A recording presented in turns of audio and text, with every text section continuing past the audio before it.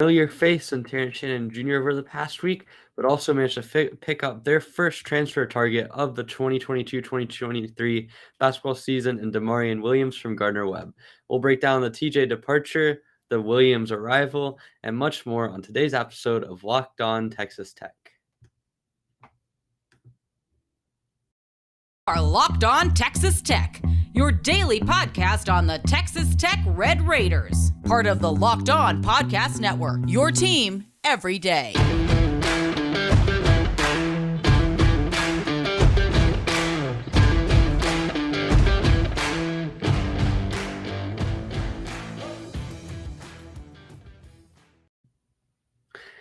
Thank you for making Locked On Texas Tech your first listen every day. We are free and available on all platforms, including YouTube, where over the last week we have surpassed 300 subscribers. So thank you guys all for making that happen. We really appreciate the growing support as we're excited to start getting into the off-season content. I'm Reliably, going solo today. I'm a longtime Texas Tech analyst and writer.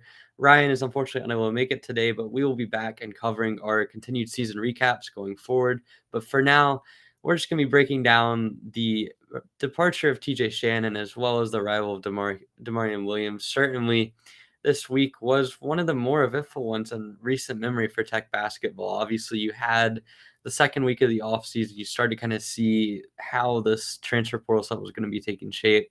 Obviously, we mentioned on our TJ Shannon review episode, which if you haven't checked that out, you can go and check it out on every platform. But we mentioned in that one how we were more optimistic that he was going to end up returning. But unfortunately, less than 48 hours after we recorded that, news got out. Shout out to Red Raider Sports for breaking the news that TJ had told people that he was not going to be returning to Tech. That would later be confirmed within 24 hours by TJ himself. And unfortunately for Tech fans, this is the end of the road for TJ Shannon. He's already confirmed he's out. You obviously have now heard of some different schools that are targeting him, such as Illinois, UNC, Miami, Kentucky, even hearing some other people like Arkansas as well have gotten in the mix. And so there's a lot of different schools going after him. But for TJ, this is officially the closed chapter on his book as a Tech athlete, and it's been a book of mixed results. I mean, obviously came in as a freshman, started from day one against his first game with Eastern Illinois, and looked like he was going to be a star player. I mean, he obviously had the first season of up and downs. He got injured late in the year, also had supposed attitude issues, but more than anything, he was a solid player in his freshman year. Ended up staying for a sophomore year, really developed as a player in that year, started developing the jump shot. His freshman year only made 9. His sophomore year, he was able to raise that to 30 made threes on 35% efficiency. And just in general, TJ turned into a really good offensive player his sophomore year. Ended up testing the NBA waters, wasn't sure if he was going to get back. And he came back to play with Mark Adams. And according to him, Mark Adams only for this year. And really going into the season was expected to be the guy for this offense. And unfortunately, that just didn't quite come to fruition for him. He had some eligibility concerns early on in the season that caused him to miss the first 4 games of the season. You obviously had some question marks about how his health was coming into the season after he dealt with some stuff later on in the 2021 season. And the first few games was really good. We mentioned this again on the recap. I'm going to plug it again. But certainly he started the season off having 15 points in his first 5 outings. 3-point shot was looking really good. His playmaking had taken another step forward. And then suffered a back injury against Arkansas State, and it really just seemed to limit him for basically a month. He missed, I believe, 8 games in a row in that stretch. And even when he came back, he just struggled to have the same burst going to the rim that he had. Defense wasn't quite at the level it was heading before the injury, and just everything about him took a backseat in that back injury. And so it was hard for him to get over that. I also think the fact that the team had so much success without him kind of skewed fans' perceptions of him. Obviously, you have that, and it's difficult for him to find a way back into the rotation. It just seemed like it was everything that could go wrong did go wrong for this season because he had the back injury, he had the eligibility concerns, he had the fact that this was a really deep roster, and it was kind of hard to find a defined place within the rotation. And then also had a little bit of an ankle injury that kind of limited at times this year. But more than anything, I just think that it was time to move on. And I mean, I certainly am higher on TJ Shannon than I feel like most fans are. I've really kind of pushed back against the notion that he had effort issues or that his body language is bad. I think that you saw that in isolation a little bit. But it's really important to remember that he was dealing with a whole lot of issues this season. I mean, he had the back injury that really messed with him. I mean, you have to look at his mental state and think about the fact that he came into this season as a projected draft pick. He could have probably been a second-round pick last year. Chose to come back to play for Mark Adams, chose to try to improve his draft stock, and it just simply didn't work out. And so I think you have to be a little bit sympathetic there. Could have been handled a little bit better. Yes, I definitely think announcing your intentions to transfer within 24 hours after the Duke game and before the team had even boarded the flight was a little bit sketchy and kind of off-putting from his end. And then certainly this last week kind of abruptly coming to an end, and obviously having that come up so quickly was not a good taste. But certainly, I mean, he left it all on the court. I think you can look at his overall body of work this season and say that for how much he had to fight through, he's still a positive player. And you can look back at the last 2 years as well and say that he was one of your most impactful players for 3 years in a row. And very few Tech players can say that. I mean, you look back and you have basically limited to guys like Keenan Evans and Zach Smith that have played at Tech for 3 years in a row and been a significant contributor in all 3 years. So for TJ to be able to do that, as well as Kevin McCullough as well, there's another story for another day. I think it's very impressive. And regardless of how the ending might have been a little bit messy, you have to respect it, respect his decision. And I wish him the best going forward. I don't think that it's going to be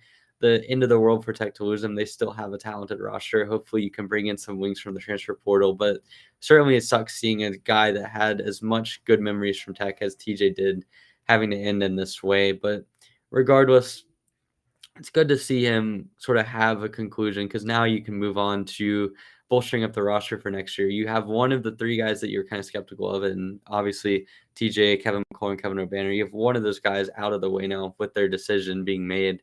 Now you can focus on retooling the roster, can add an extra space. And it's interesting because within 36 hours of TJ's announcement, you had your first piece of the 2023 roster, and that would be Demarian Williams, the transfer for Gardner Webb, who we're going to cover in the next segment. But first, we have a message from Built Bar. This is the time of year that I've pretty much given up on all my New Year's resolutions, but not this year. I'm sticking to my resolution to eat right thanks to Built Bar. It almost feels like it's not really a resolution because I actually have enjoyed eating them. Have you tried the Puffs? If you haven't tried the Puffs, you are missing out on one of Built Bar's best tasting bars. Puffs are a fan favorite with some incredible flavors, such as the yummy cinnamon churro, coconut marshmallow, banana cream pie. They're all so good. These are going to be your new favorite bars. So all Built Bars are covered in 100% real chocolates. That's right, they're 100% real chocolate. They have low calories, high protein, and they can just replace your favorite candy bars with the flavor, and they're overall better. A typical candy bar runs you anywhere between 200 to 300 calories, and Built Bars have significantly less calories than that. So you can go down to built.com and scroll down to the macros chart. You'll be blown away with what it says. High protein, low calorie, high fiber, low carbs. Most Built Bars contain around 130 calories, 4 grams of sugar, 4 net carbs, and roughly 17 grams of protein. And again, you compare that to a candy bar, it blows it out of the water with over 240 calories, whole bunch of sugar, and dozens of net carbs. And you look at the flavors, and they're incredible too. You have mint brownie, coconut almond, and new for this month, white chocolate cookies and cream. They're all delicious, and new flavors are coming out all the time. If Built Bar thinks a flavor might be good, they'll make it. It'll be delicious, and it'll be good for you. At Built Bar, they're all about the taste. They make it taste delicious first, and then they figure out how to make it healthy. I don't even know how they make it healthy, but somehow they do it every single time. So go to built.com, use promo code LOCKED15 and get 15% off your order. Again, that's promo code LOCKED15 for 15% off at built.com. Thanks for making Locked On Texas Tech your first listen every day. We're free and available on all platforms. And we're going to be talking about Demarian Williams coming forward to next season. And it is so nice to have someone finally on the board, a transfer for 2023. The first guy you bring in, and he's a 39% three-point shooter, one of the best shooters out on the market. He was one of 35 guys in Division I basketball to shoot the ball over 200 times from deep and shoot at a 39% clip. So that's obviously very encouraging to see. But I mean, Williams is one of the guys with some of the best shooting in the entire market. I mean, you weren't going to find a shooter that had the ability to shoot off of the catch and shoot, also create his own shot some, and just in general be a lethal shooter.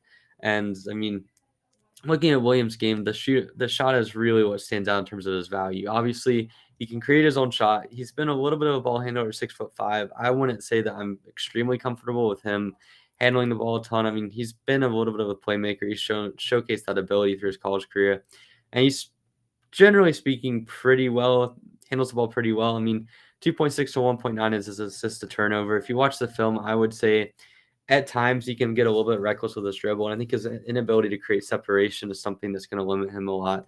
But just in general, this is a guy that has so much natural shooting ability. He's a composed guard, doesn't make a ton of mistakes with the ball.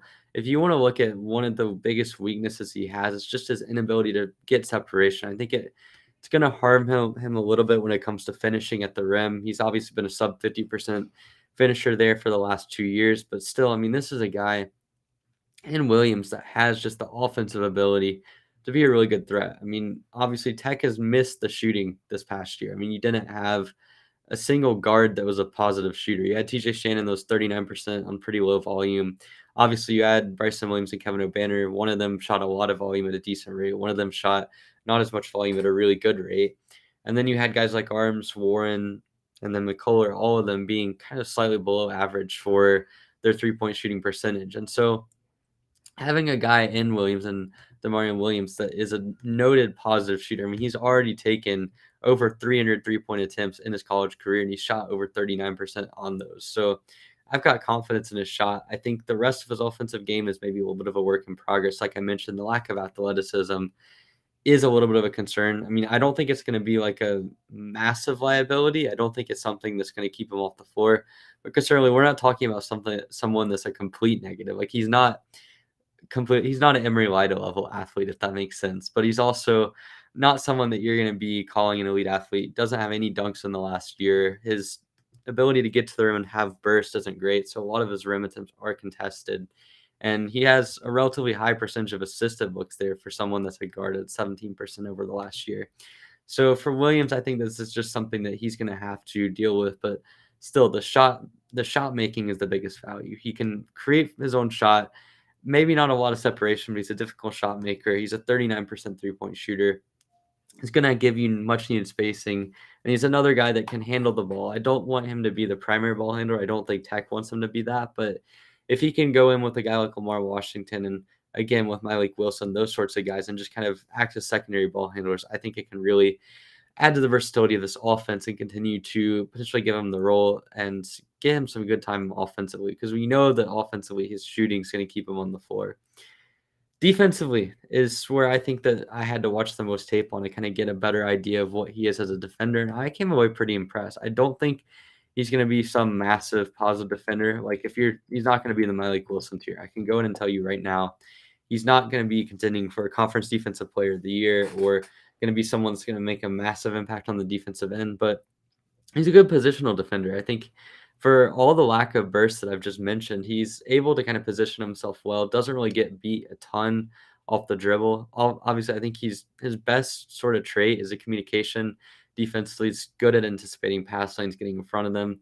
And while it doesn't really generate a ton of steals, he can be a disruptive force off the ball. And I think that's something the Tech is going to be able to utilize a lot. I mean, when I'm looking at guys like that, I kind of look at someone like Kyler Edwards as sort of the benchmark for what a guy like Williams can provide. I mean, he's never going to be the real pesky on ball defender, the Clarence Sedolier and Malik Wilson that can just make life living torture for the ball handler. But he's going to be a guy that can really just be solid for you and not really cause too many issues. He's not going to commit a whole lot of breakdowns, McClung type breakdowns, so to speak. But I mean, as a whole, Williams is a guy that I really like. I think that as a shooter he's going to be as solid of a bet as you're going to have on the next year's roster. I find it hard to believe that a guy that shot off the ball so well and has been nearly a 40% shooter his entire college career is going to suddenly regress heavily.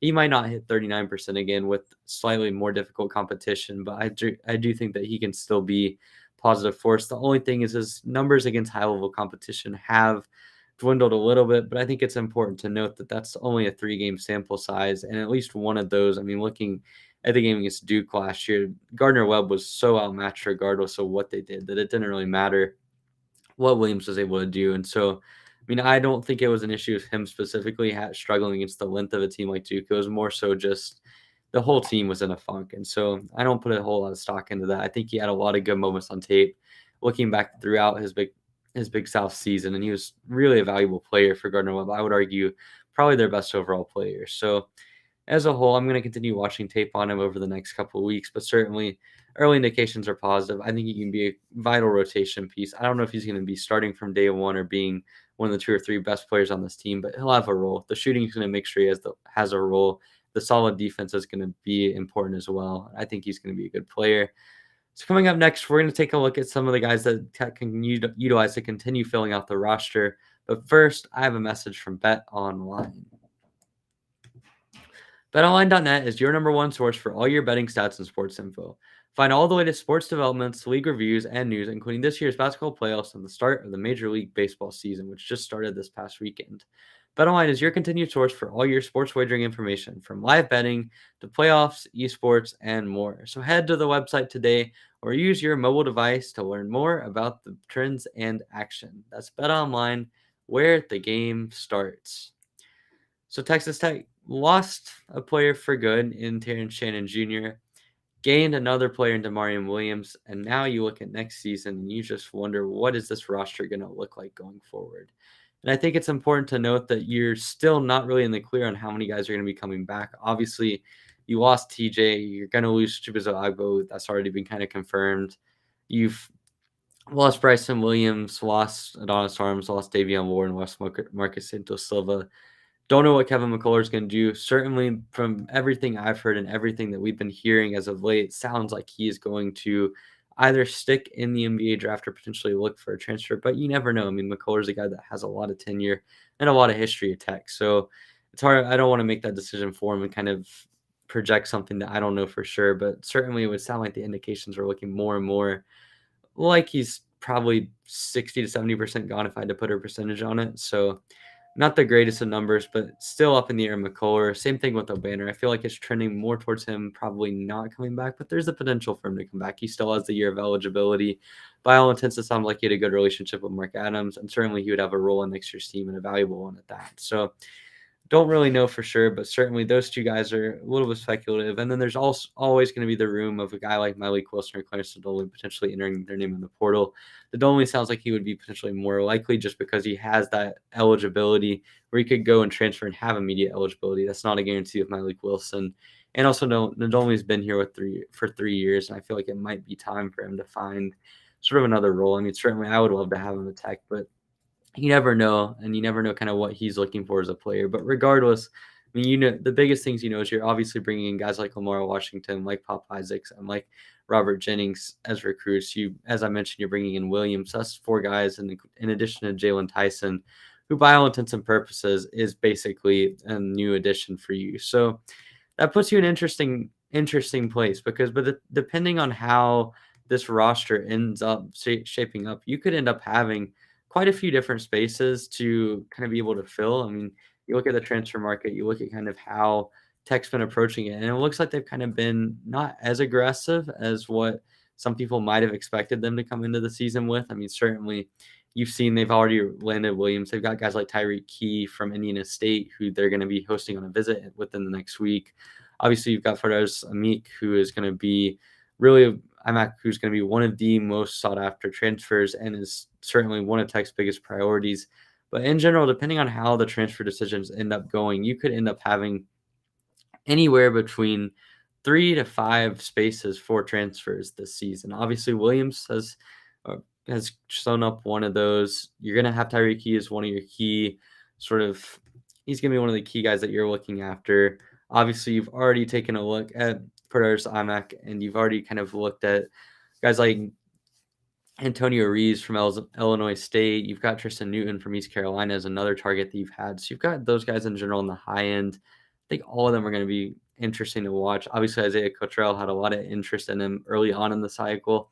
Haven't really heard a ton of about him lately. And then you've got guys like Sean McNeil on the portal who have been targets from Tech, and one of the guys that if Tech is looking for pure shooting that they're going to look after. But bringing in Williams as an off-ball shooter really shows kind of some of the emphasis that Mark Adams has put on shooting when it comes to building this roster. And obviously, last year he came into the season, shooting was a massive concern. You had Kevin McCullough and TJ Shannon, who were not really good three-point shooters through their college career. You had Adonis Arms, who was your most proven addition from a shooting standpoint, shooting about 35% from three. And then you had Davion Warren, who had shown some potential to shoot, but his main role was as a slasher at Hampton and just basically doing everything as a scorer. So clearly the emphasis this season has been put on making sure you don't have a repeat of last year, where he only shot about 31% from three. It was one of the worst Big 12 shooting performances in the conference's history when it came to the shooting and conference play. And I mean, that is something that you cannot repeat. I mean, Tech was able to get away with it last year, and I think a big part of that was just simply because they were so efficient defensively and then also within the paint offensively. But when you're shooting 28% from three in conference play, it's just not going to do well for you. So as a whole, that sounds like one of the biggest priorities. Obviously, with guys like Tristan Newton being a real target of interest, Antonio Reeves, and then obviously going down to some other guys as well that have been primary guards. Another key point of interest is just getting guys that can score. I think Malik Wilson and Papa Isaacs are going to be rotational pieces at the guard position that can provide you some good ball handling, but I don't feel comfortable having them being lead offensive generators. Certainly, Antonio Reeves is not the playmaker that either of those guys are, but he can score a basketball. Tristan Newton is one of the best playmakers in the portal, and he can also score. So that's something that provides a lot of value for you. And just in general, I mean, the guys that Tech has been looking after during this short stretch in the portal would indicate that they're looking after guys that can kind of do both in terms of creating their own shot and also being efficient playmakers. And I just think that offensively is where Mark Adams is really sort of looking at shaping up this roster. Obviously, you want to have the defensive intensity, but there was a quote from last year about how Mark Adams was talking about how he can bring in offensive players and teach them to play defense. I don't think it's exactly something that's a one-to-one. I don't think you can sort of teach a complete negative defensively. Obviously, there's some defensive value and intensity that you're looking for in the portal, but certainly getting the offensive players, guys that you know are known commodities when it comes to being able to score the basketball and shoot well, I think that's going to be really a crucial part of this. And so if you're looking at potential targets, obviously Tristan Newton and Faraz Imac are probably the two biggest targets left on the portal. Obviously Tyreek Key as well from Indiana State. That's another guy that Tech has really been going after hard. Sounds like it could be down to them in Tennessee for his recruitment, but obviously it's still early on in that process, and he's got to take a couple of visits. So it's early on in general, but certainly seems like shooting is a priority, playmaking is a priority. Getting guys that have played at a high level and can provide a lot of value to you is going to be one of the most critical aspects when you're looking at how Tech can shape up in the portal. So we're going to continue to cover that going forward. We've already had numerous podcasts on what the philosophy for building the roster should be. And we've now seen a number of different targets that Tech has looked at that kind of fit along the lines of what Mark Adams is looking to add to this roster. So obviously, we'll be back later to kind of discuss more of the specific targets. Obviously, there's a lot to go down there when it comes to who's visiting, who has taken their final three, and eventually who commits. And so there's a lot to cover there, but we'll get there. And for now, I just think it's interesting to look at what sort of profile guys that Tech has been looking at, which are pure scorers and pure shooters. And so that's that. We'll be back tomorrow to kind of discuss a recap or a season recap for, I believe it's Kevin McCullough is our next one. So be sure to check that out when it comes out. Ryan and I will both be there. Be happy to be back on with both of us and recording again. So in the meantime, though, you can check out all of our stuff. You can follow me on Twitter at eraser41. You can follow Ryan at our Mainville LBK.